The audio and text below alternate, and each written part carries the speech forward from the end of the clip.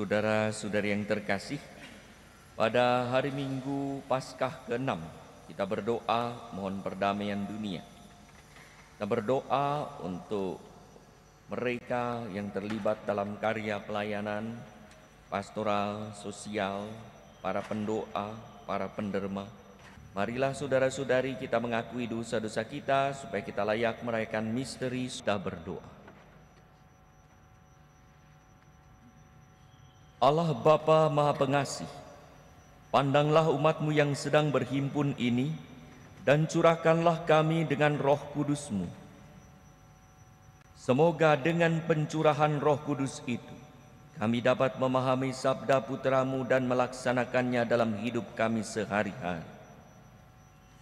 Sebab Dialah Tuhan yang hidup dan berkuasa bersama Dikau dalam persatuan dengan Roh Kudus, Allah sepanjang segala masa.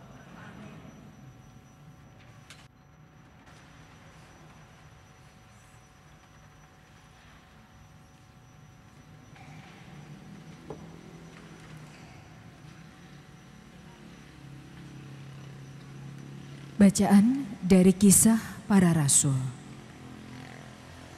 Sekali peristiwa, ada beberapa orang datang dari Yudea ke Antiokhia dan mengajarkan kepada saudara-saudara di situ sebagai berikut.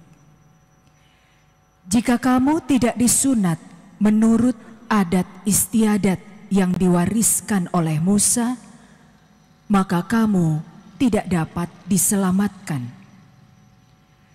Tetapi Paulus dan Barnabas dengan keras melawan dan membantah pendapat mereka itu. Akhirnya ditetapkan supaya Paulus dan Barnabas serta beberapa orang lain dari jemaat itu pergi kepada rasul-rasul dan para penatua jemaat di Yerusalem untuk membicarakan soal itu. Maka diadakan sidang di Yerusalem. Pada akhir sidang itu, rasul-rasul dan para penatua lainnya beserta seluruh jemaat mengambil keputusan untuk memilih dari antara mereka beberapa orang yang akan diutus ke Antiokhia bersama-sama dengan Paulus dan Barnabas. Yang terpilih ialah Yudas yang disebut Barsabas dan Silas. Keduanya adalah orang terpandang di antara saudara-saudara itu. Kepada mereka diserahkan surat dengan hasil sidang, bunyinya, salam dari rasul-rasul dan para penatua jemaat serta dari saudara-saudaramu. Kepada saudara-saudara di Antiokhia, Syria dan Kilikia yang berasal dari bangsa-bangsa lain. Kami telah mendengar bahwa ada beberapa orang di antara kami yang tidak mendapat pesan dari kami, telah menggelisahkan dan menggoyangkan hatimu dengan ajaran mereka. Sebab itu, dengan bulat hati kami telah memutuskan untuk memilih dan mengutus beberapa orang kepada kamu bersama-sama dengan Barnabas dan Paulus yang kami kasihi, yaitu 2 orang yang telah mempertaruhkan nyawanya demi nama Tuhan kita Yesus Kristus. Maka kami telah mengutus Yudas dan Silas yang dengan lisan akan menjelaskan pesan yang tertulis ini kepada kamu. Sebab telah menjadi keputusan Roh Kudus dan keputusan kami bahwa kepadamu jangan ditanggungkan beban lebih banyak daripada yang perlu, yakni kamu harus menjauhkan diri dari makanan yang dipersembahkan kepada berhala, dari daging binatang yang mati dicekik, dan dari percabulan. Jika kamu berpantang dari hal-hal tersebut, kamu berbuat baik. Sekian, salam. Demikianlah sabda Tuhan.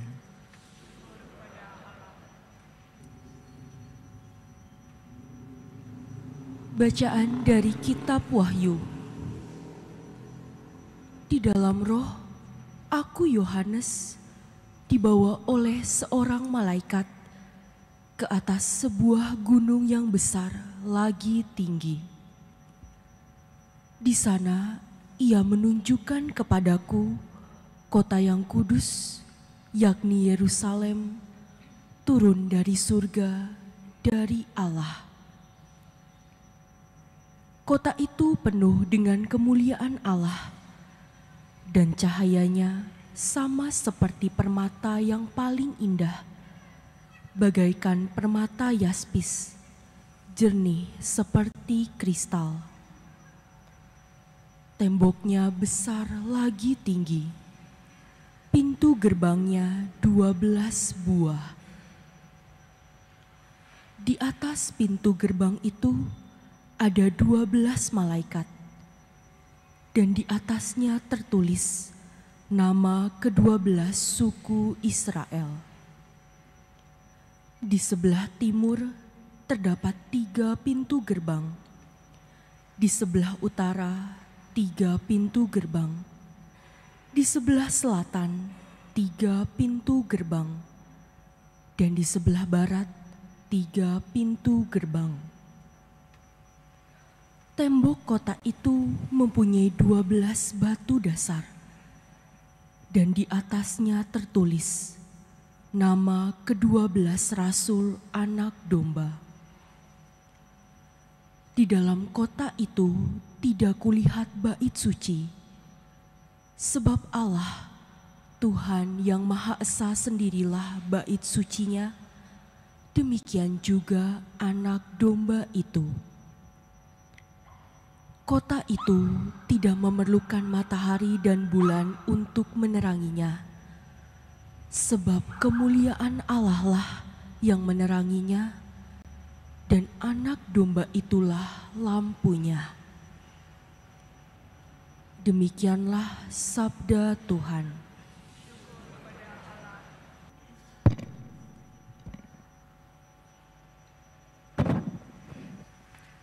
Tuhan bersamamu.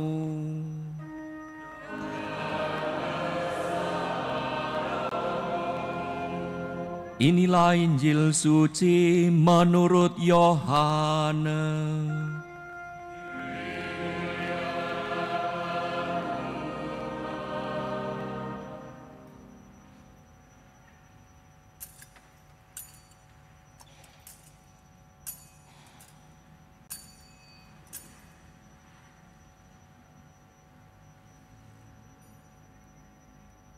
Dalam amanat perpisahannya, Yesus berkata kepada murid-muridnya, "Jika seseorang mengasihi aku, ia akan menuruti firman-Ku.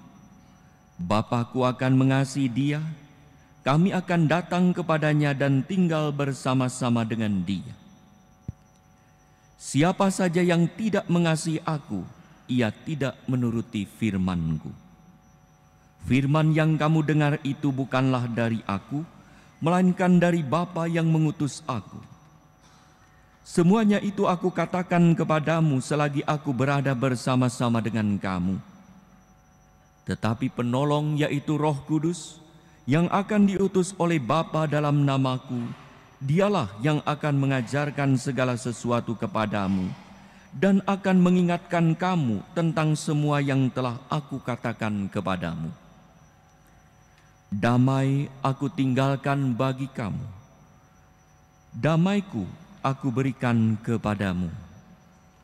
Dan apa yang aku berikan tidak seperti yang diberikan oleh dunia kepadamu. Janganlah gelisah dan gentar hatimu. Kamu telah mendengar bahwa aku telah berkata kepadamu, aku pergi, tetapi aku datang kembali kepadamu. Sekiranya kamu mengasihi aku, kamu tentu akan bersukacita, karena aku pergi kepada Bapa-Ku, sebab Bapa lebih besar daripada aku.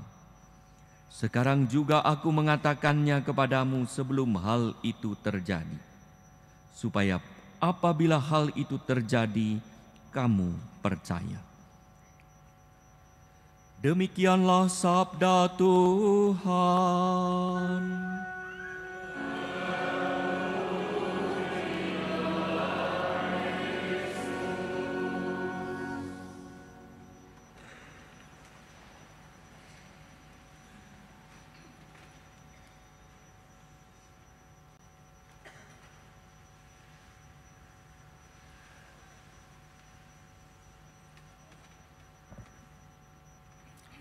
Saudara-saudari yang terkasih, setiap saat kita berhadapan dengan aturan, norma, dan hukum. Baru keluar dari rumah sudah ada aturan di jalan, baru masuk ke gereja ada juga aturan. Tak jarang hal tersebut menjadi beban, bahkan menekan mereka yang berada dalam situasi yang justru sedang membutuhkan belas kasih. Bukan tekanan karena aturan ataupun hukuman akibat pelanggaran. Bukankah tujuan luhur dari peraturan apapun adalah demi terciptanya damai sejahtera? Tak jarang ketentuan dan kebiasaan juga dari hidup beragama menjadi beban yang menekan, padahal seharusnya membawa damai sejahtera, seperti yang ditinggalkan oleh Yesus sendiri yang kita dengar dalam bacaan Injil hari ini dan menjadi doa sebelum anak domba Allah setiap perayaan Ekaristi. Damai sejahtera ku tinggalkan bagimu, damai sejahteraku kuberikan kepadamu. Bukanlah pertama-tama larangan yang diperintahkan oleh Yesus.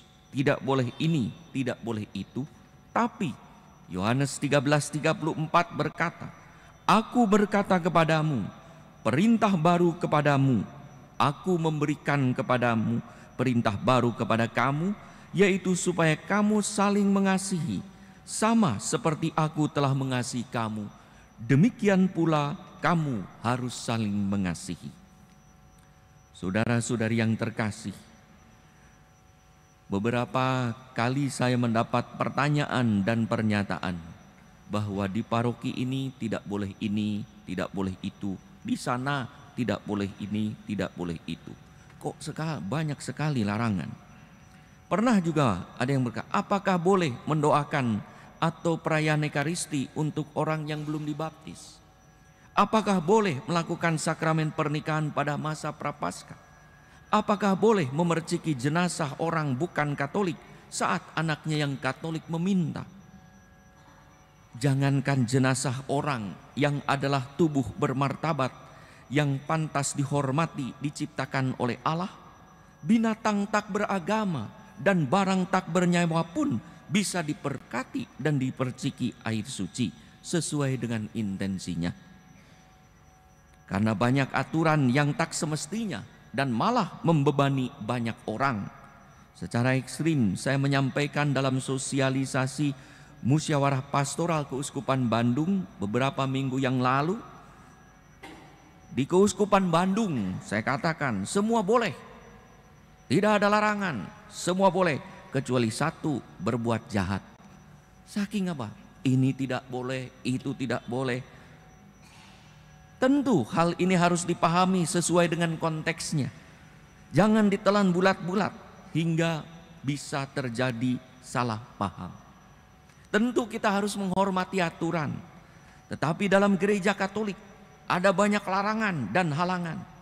Tetapi juga ada izin atau dispensasi yang bisa diberikan secara murah hati dan penuh belas kasih oleh otoritas berwenang. baik oleh para pastor paroki maupun oleh uskup. Saudara-saudari yang terkasih, aturan yang membebani secara berlebihan ini juga menjadi keprihatinan gereja perdana. Sebagaimana kita dengar dalam bacaan pertama, ada orang yang berpikir picik, jika kamu tidak disunat menurut adat istiadat yang diwarisi oleh Musa, kamu tidak dapat diselamatkan. Bagaimana mungkin bangsa lain yang percaya pada Injil, pada Yesus, tetapi jika tak disunat tak akan diselamatkan? Lalu untuk apa percaya pada Injil? Untuk apa percaya pada Yesus? Syukur kepada Allah, setelah para rasul dan para penatua bersidang, keputusan yang diambil sangat bagus. Sebab adalah keputusan Roh Kudus dan keputusan kami. Supaya kepada kamu jangan ditanggungkan lebih banyak beban daripada yang perlu. Roh Kudus dan keputusan gereja dalam kebersamaan selalu melegakan, tidak membebani, melepaskan beban-beban yang tidak perlu. Maka yang penting adalah menjauhkan diri dari segala yang berkaitan dengan berhala dan perbuatan cela seperti percabulan. Di balik itu, para rasul dan penatua mau mengatakan bahwa yang penting adalah berbuat kasih sesuai dengan dorongan Roh Kudus dan kebersamaan di dalam gereja, hingga orang mau mengikuti kehendak Allah dan mau mengikuti arah gereja. Inilah juga yang ditegaskan Yesus di dalam Injil, bahwa barang siapa mengasihi Yesus, ia akan menuruti firman-Nya. Dan Roh Kudus yang dijanjikan itu akan mengingatkan kita apa yang telah dikatakan oleh Yesus. Saudara-saudari yang terkasih, apakah kita sungguh mengasihi Yesus? Apakah kita sungguh mencintai Tuhan? Apakah kita sungguh mengabdi Allah? Kalau ya, kita pasti menuruti firman-Nya untuk mengasihi satu sama lain. Bukan saling menekan atau memberi beban yang tidak perlu atas nama aturan legal atau ketentuan formal. Jangan sampai kita menegakkan aturan karena kita tidak mau menolong atau malas berbela rasa kepada sesama atau tidak mau repot dalam pelayanan. Semoga gereja Katolik menjadi komunitas bela rasa yang menghadirkan kasih Allah daripada menekankan hukum yang kaku.